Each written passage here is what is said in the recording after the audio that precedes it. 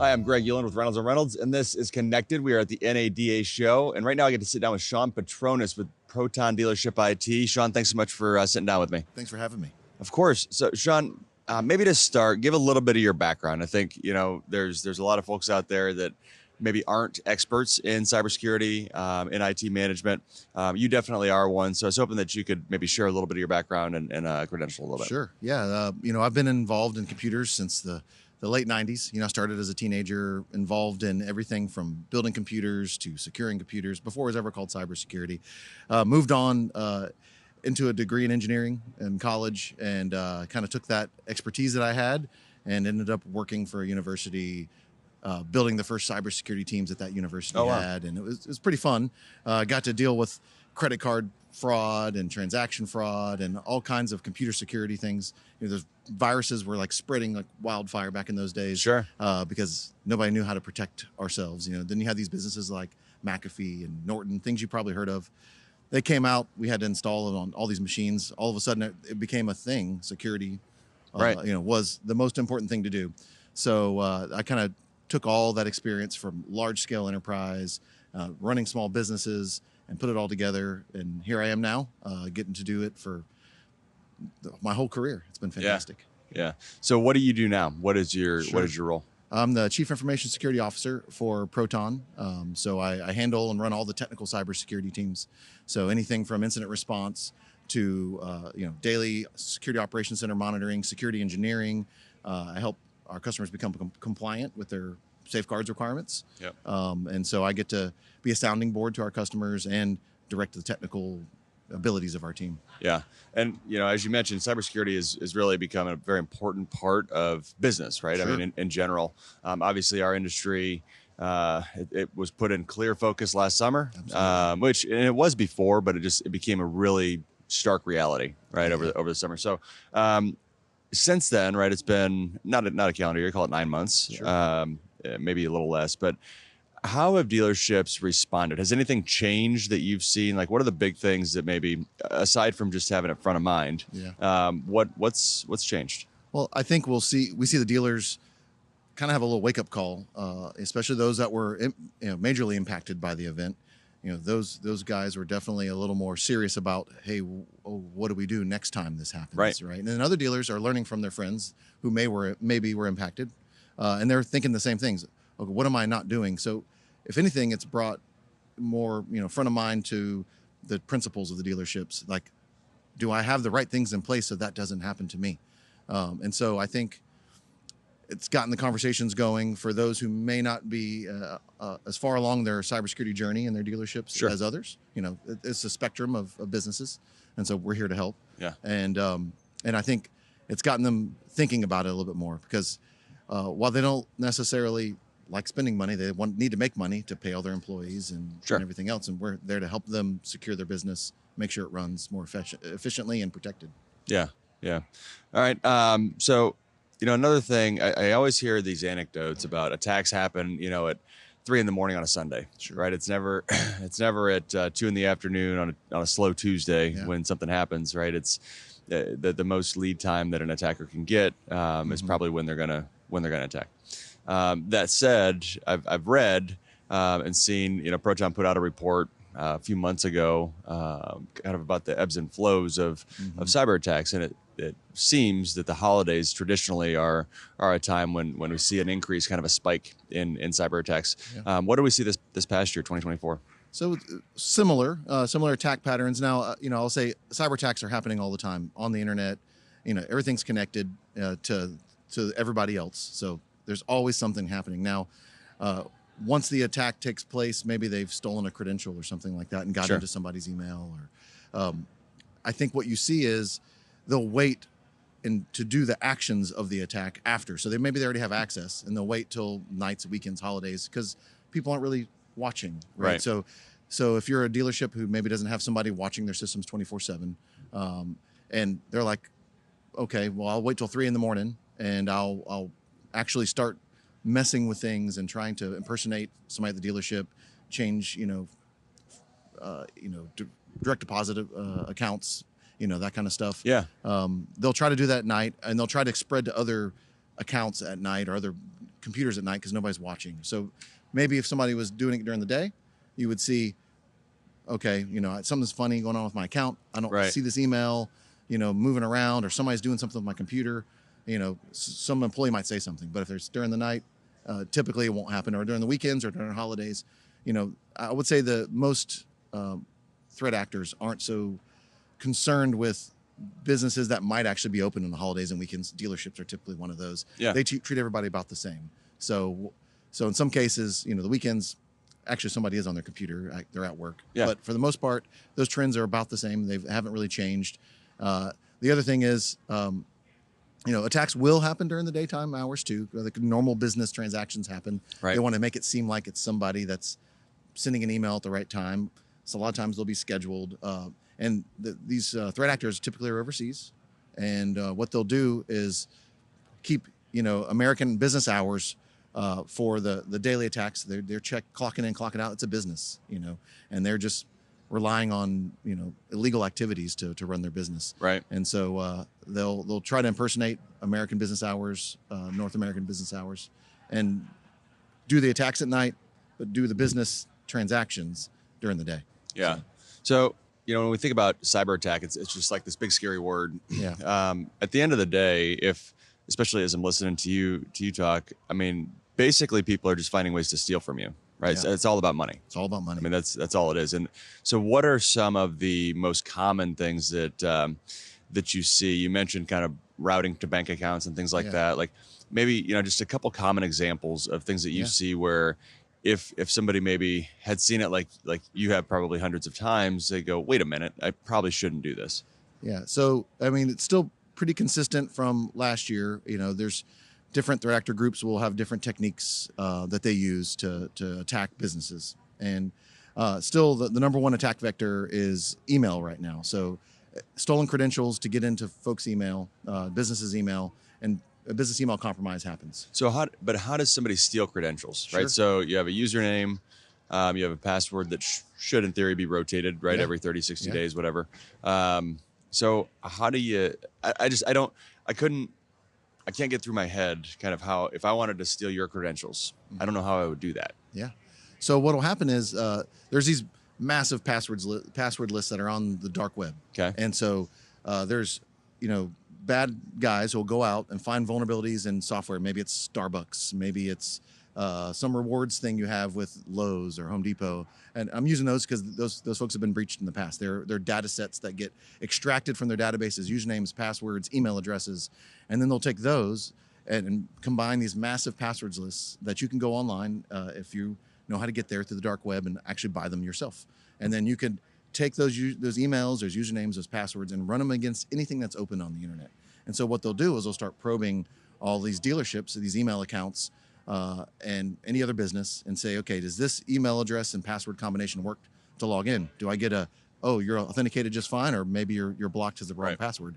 And they basically will go through all night and all day until they get a list of good, valid usernames and passwords.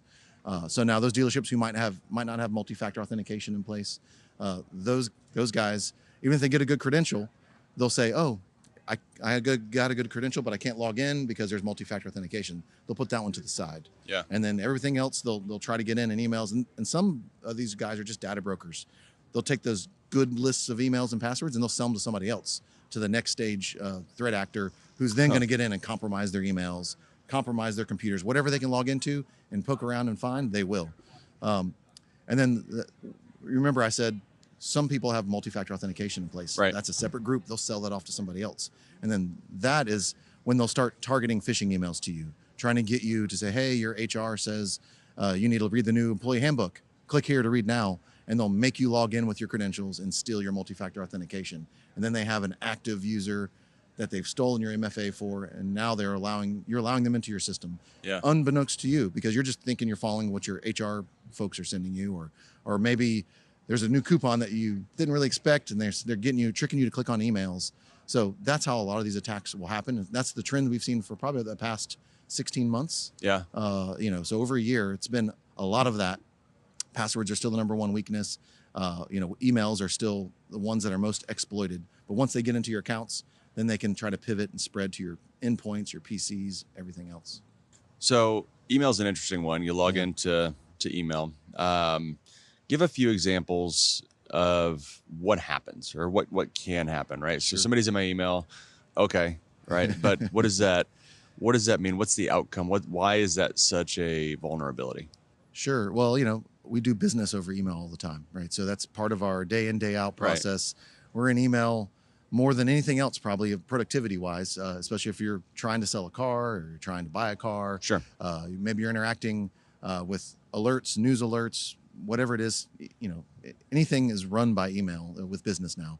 So what the bad guys want to do is they want to get into somebody's email account and then try to get other people's usernames and passwords, maybe in the same business, by tricking them on clicking on something. And they want to get to somebody of authority in the company, somebody who's got purchasing power, or somebody who's got authority to wire payments to vendors, or maybe to accept payments. Yeah. And they want to interject themselves in this email conversation. So we call this a business email compromise. So and their goal is really to trick you into changing wire information, routing information, to get you to pay that $20,000 invoice to a different bank account. Yeah. And once it's paid, they move it around to other bank accounts, and you can't track it. It goes offshore, and now you have to deal with your cyber insurance to try to recover some of that, or hopefully deal with the banks if you catch it soon enough to try to roll back the transactions. But a lot of times they don't, because they don't know, a vendor hadn't been paid for 90 days. Maybe it's a net 60, net 90. Sure. All of a sudden they're like, hey, you haven't paid your bill in 3 months. Well, they just lost the last 2 months worth of payment, probably all 3 months. And now they got to repay somebody else. So this happens to all types of businesses all the time. And it's really about the money. That's all it is. And they use that to pay their employees overseas. They use it to enrich the cyber criminals who started these gangs, essentially. Right. And that's the main priority thing they want. They want money at the end. And then if they do pivot from their email to, say, an endpoint, a computer, then it's a ransomware attack. What they'll usually do is sell that off to somebody else. Ransomware all the computers, encrypt everything. You can't use them until you pay the money and unlock everything, or tell them you're not going to pay the money and then restore everything from backups. Which lowers the time you're doing business. Right. So So when they sell it off to somebody, sorry, this is just a different world, right? Let's go. You said so they'll get to an endpoint, right, and they'll have the ability to encrypt things, but then you said they may sell that off. What do you mean? They sell off the access to that endpoint? Yeah, remote access brokers is what they're called. And so they will basically combine a list like, hey, I've tried, maybe this cyber criminal gang is really good at doing business email compromise. Okay. They're not so good at pivoting to all the endpoints and then doing a ransomware attack. Maybe they don't have the tool set, maybe they don't have the expertise, maybe they can't do it quickly enough for a large enough customer to undetected. Right. So what they'll do is they'll just sit on it. And a lot of times these attackers can lay in wait in people's inboxes and emails and accounts for months without being detected. And so then they'll say, okay, I have a bank of 10 customers who wants to buy it, and they'll sell it on the dark web to somebody else who's really good at ransomware. Yeah. And those are the bigger groups typically.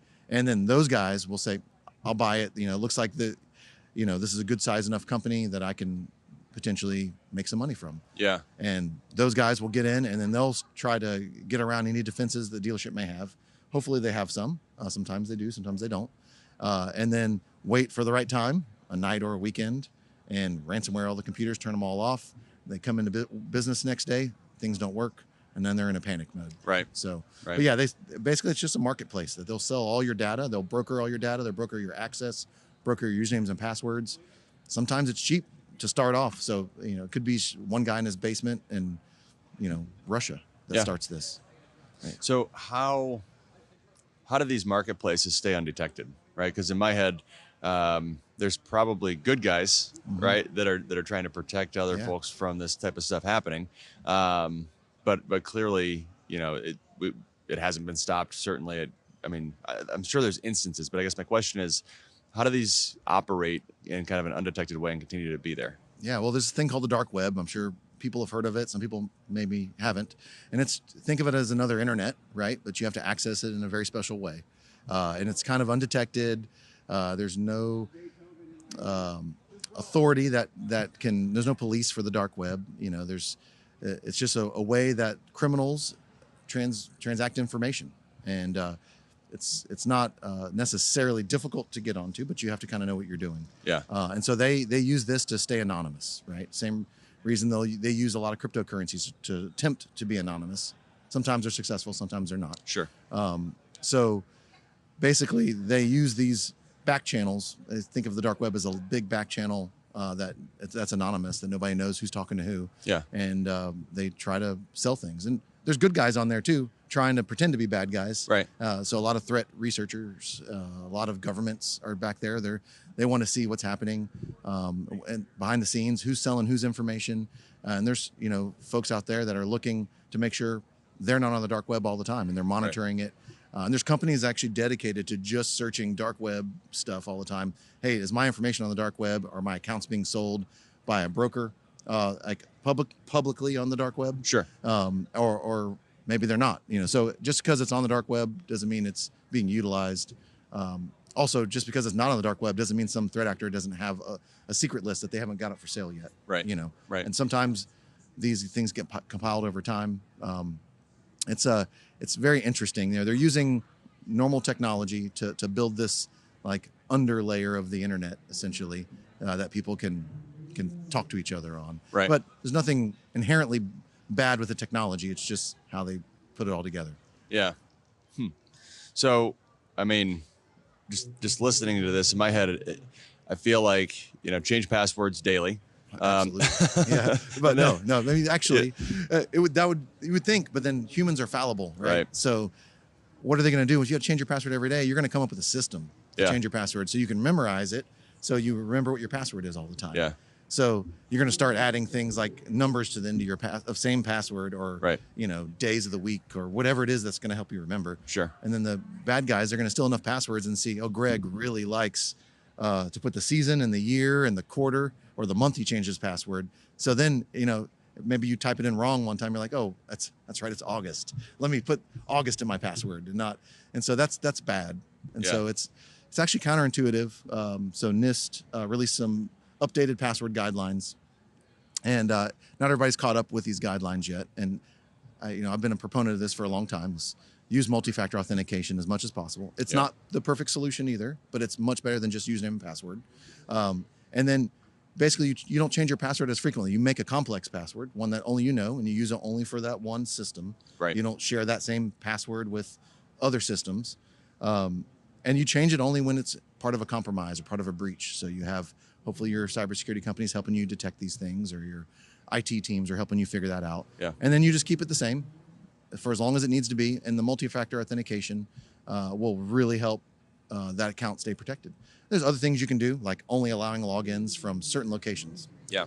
So that between multi-factor authentication, only allowing logins from your dealership's network or IP address, and having a complex password, those three things together will cut, 99.999% of attacks against your account. Right. But if you just had username and password, or email address and password, they're trying to hit it all the time, and you're much more susceptible.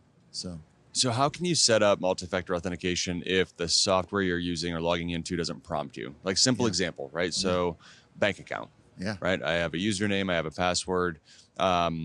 Is there a way I can set up multi-factor authentication just for myself when I log in there? Yeah. So it depends. And it's interesting to use the bank account example, as banks, they're regulated by the FTC safeguards, just like dealerships are. And in there, they're required to have multi-factor authentication capabilities for their consumers' logins if they have sensitive data back there. And clearly, your bank should have sensitive data, right? Routing numbers, all that stuff, and the money you have in the bank. So I would hope they would have it. It's really up to the provider of the software to provide that multi-factor authentication access if you're using their software. Okay. So if that's your DMS, then it should have a capability for multi-factor authentication. And if you don't know if you have it, you should talk to your DMS vendor. Make sure, hey, I heard about this multi-factor authentication thing. Do you guys have it? Can I enforce it for my folks who use it? And if they say no, you should probably find another DMS product. Yeah. But the same with the bank. If your bank says no, they're not following the guidelines they're supposed to be following, and find somebody else. If you're, let's say you're building your own applications, and you're like, well, how do I add multi-factor authentication? Maybe your dealership's pretty complex, and you're like, you hire a development team to do this. Hopefully you have some centralized authentication mechanism. It could be Office 365 or Microsoft 365. It could be some local on-premises Active Directory. There are tons of software packages out there that you can add to that and utilize multi-factor authentication. It's actually built in to Microsoft 365. And you can leverage that authentication mechanism in their MFA to add that option to your software that integrates with it. If you have on-premises Active Directory, there's software packages you can buy that'll prompt you for multi-factor authentication when you log in. And sometimes you have to install them on your desktop endpoint. Sometimes you don't. It just depends on what you're looking for. So there's third-party applications that'll do it. Some do it natively. If your accounts that you're trying to protect don't have that capability, and you ask, say, your bank or your DMS to enforce it, and they can't, I would recommend you move somewhere else who can. Okay, that's fair. Well, Sean, let's look forward a little bit into this year, 2025. What are some trends you're seeing? What do you see ahead of us, in the next 10, 12 months? Yeah, so, there's a buzzword in technology right now in security, and it's AI, right? Everybody's using it. Everybody's trying to integrate it into their products. And, it's just a technology being used. The bad guys are going to use the same technology, right? So what you're going to see now, and we started seeing this crop up, is we do a lot of the security awareness training with our employees, and we're trying to train them how to look at emails, make sure is it a legitimate email or not. And a lot of times the way we train is, is there some weird misspelling? Some foreign nationals trying to use English to trick us about their invoice, and their grammar's bad or the spelling's incorrect.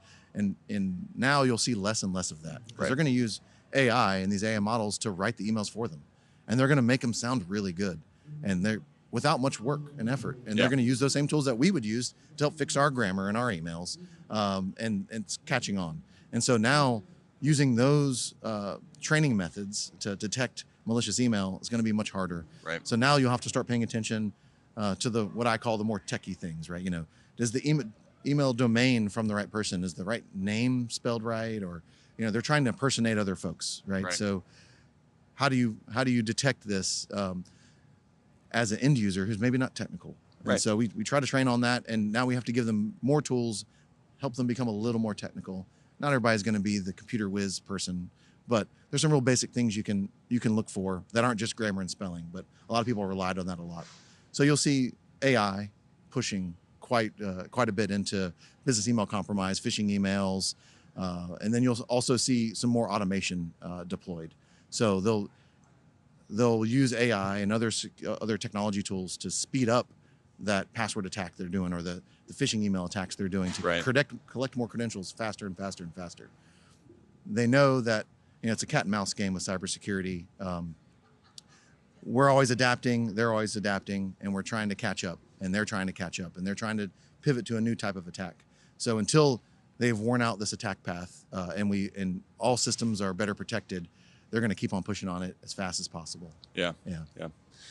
All right. Well, Sean Patronis with Proton Dealership IT and Cybersecurity. I know I learned a lot just sitting down and talking. We need to talk more often. Absolutely. I feel like there's this whole other world out there that a lot of people don't understand, myself included.